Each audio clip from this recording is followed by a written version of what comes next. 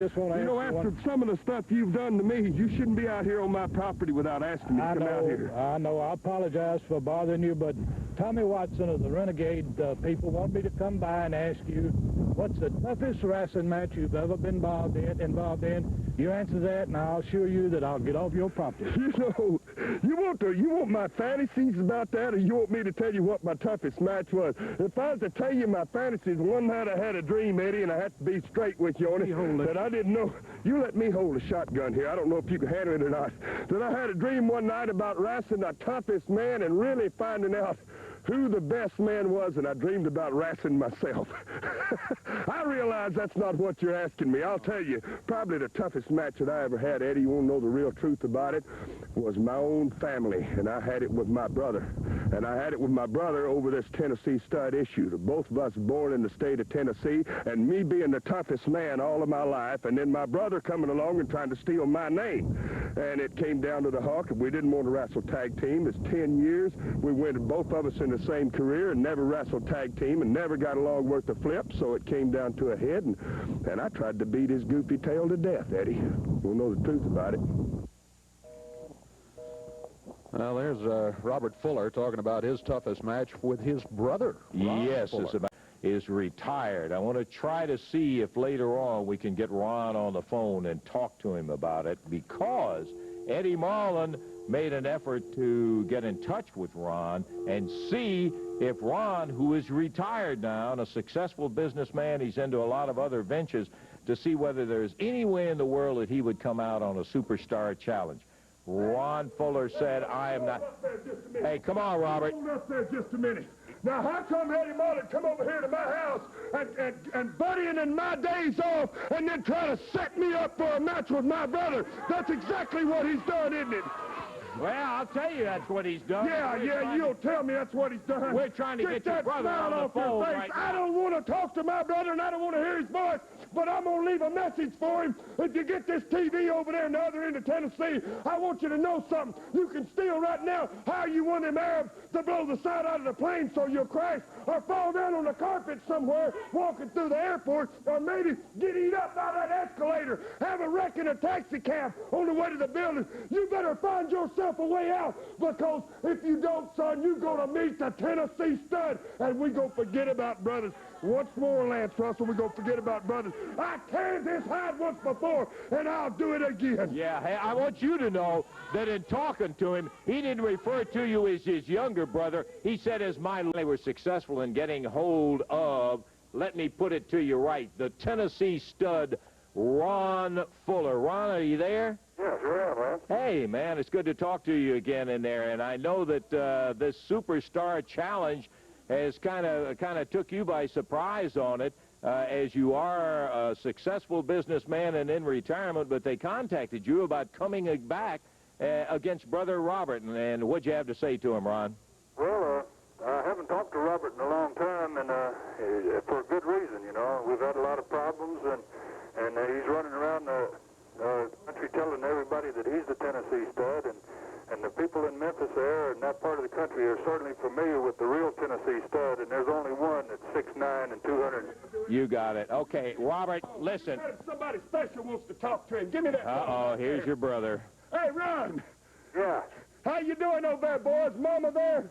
Is she in the house with you? No, I'm not at the house, Robert. No, she's not at the house. Well, that's very good, because I got some words for you that she ain't going to want to hear. Boy, let me tell you something. It's not too long ago. By the way, they got a picture over here of you, son, that must be 30 years old anyway. These people got the wrong idea of what you look like. I'm going to tell you something. The best thing you can do, Ron, you answered a challenge to come over here and wrestle me. Maybe your plane will crash, and that'll be about the luckiest thing that ever happened to you, because if it don't, you're going to be the biggest mess when Mama sees you again that anybody ever saw. That I've had it with you, brother, and I'm going to take care of you when you come to my side of town. Do you understand me? Let me just say this. You know, a lot of times the old man should have taken you and put you over his knee, but it looks like I'm going to get the job. And Monday night in Memphis... Yeah, you go get your chance to do it, son. I heard enough of you. That's the end of your phone call. I'll see you.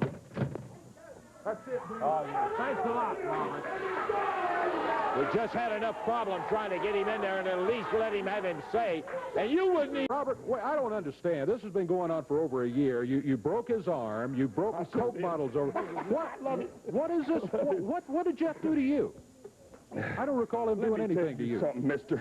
I get real personal with you, but this is not a personal thing here. What I'm talking about is I'm talking about the darndest six-man tag that ever came down. I'm talking about training us together and finishing that stinking punk. Robert, go ahead and tell him a story. Tell him. Yeah, I want to know. I don't understand. We don't understand. Wait a minute. Tell him the truth. Tell him. Tell him the truth, What you told me Robert. when we went to Huntington, West Virginia that day. Tell Tell him him. the whole thing. Tell him the whole thing. Tell him. It's pretty darn personal, Dutch. Tell him. Tell him. You need to get it off your chest. All right. All right, you keep these idiots. I am going to tell you the story. Okay. You listen real close. All right. Because I'm going to tell you straight. I'm not going to add no lies. I'm not going to deviate from the truth 1 ounce.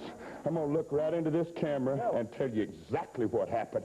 That my grandfather used to own this whole darn outfit. I'm talking about Tennessee, Kentucky, Arkansas, Mississippi, Alabama, all around. My grandfather, that's right. That's Roy true. Welch. That's true. One time, one of the finest men that ever crawled in a wrestling ring. And then again later on, the greatest promoter to ever promote a wrestling match. That's right. I'm talking about Roy Welch, my grandfather. Well, old Roy, he's laying up there right now in Dyer, Tennessee, and he's laying in his grave. He's not here no more, but he's laying face down, if you know what I'm talking about. The reason he's face down is because of everything that's happened here. He's had to turn over in his grave. Now, don't take that lightly, because I'm going to tell you why he turned over. Because when my grandfather rode up and down these roads and was getting older and maybe a little bit senile and maybe not as able to carry himself along the road, here come a young fella up named Jerry Jarrett.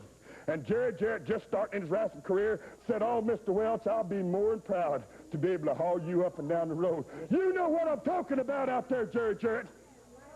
That Jerry Jarrett rode down the road with him. He yessered him. He con-manned him. He saw that he was senile and he had a weakness and he used it against him. And I'm talking about used it against him well enough that half of that area that I just explained to you went right to Jeff Jarrett. I went to Jerry Jarrett. Now, what was supposed to have happened is there's one man that was entitled to have that, and that man was my father, Buddy Fuller. That man was the son of Roy Welch, who deserved and was supposed to have what was coming to him, the 5-state area. Now, you have to realize something. What are you saying? What I'm saying is that stinking con man, lying, good-for-nothing jerk.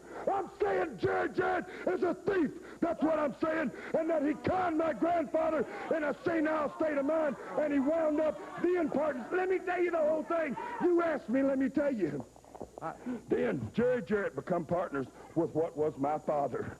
And then they had nothing but problems between them. The reason they had nothing but problems between them is because of Jerry Jarrett and all of his cronies that hung around him, and because he's the greatest liar that ever lived. He's the greatest con man and cheat and thief, and that's exactly what happened to my father. He got conned, cheated, lied to, and his territory stole away from him. It belongs to one man now, and that's supposedly Jerry Jarrett. And let me tell you something. If you think for 1 second, that punk Jeff Jarrett is going to get 1 inch of what belonged to my grandfather, or belonged to my father, or now belongs to me, you can take it and stuff it, baby, because you wanted to know it. Now you hear it. I'm going to turn around and I'm going to tell you exactly what it is. Jerry Jarrett, you lying, conniving, con man, stinking thief, your boy is going to pay the toll of a lifetime, baby, and that's death if it has to be. That I'm going to see, just as sure as Dutch said it right here, I'm going to see that what rightfully should be mine is going to be mine. The whole darn thing is going to be Robert Fuller's, Daddy, and I'm going to see it happen. And if I have to put that punk in the hospital, if I have to order him a nice long casket, I don't care what it takes, but that punk is not going to have what my grandfather meant for me to have, and he's laying up there right now. My grandfather and my grandmother face down in their grave. I'm telling you, we're going to take care of it, and it's not going to stay that way. You asked me, I told you, I'm going to change it. You tell him, Ronnie Gossett, they're out of it.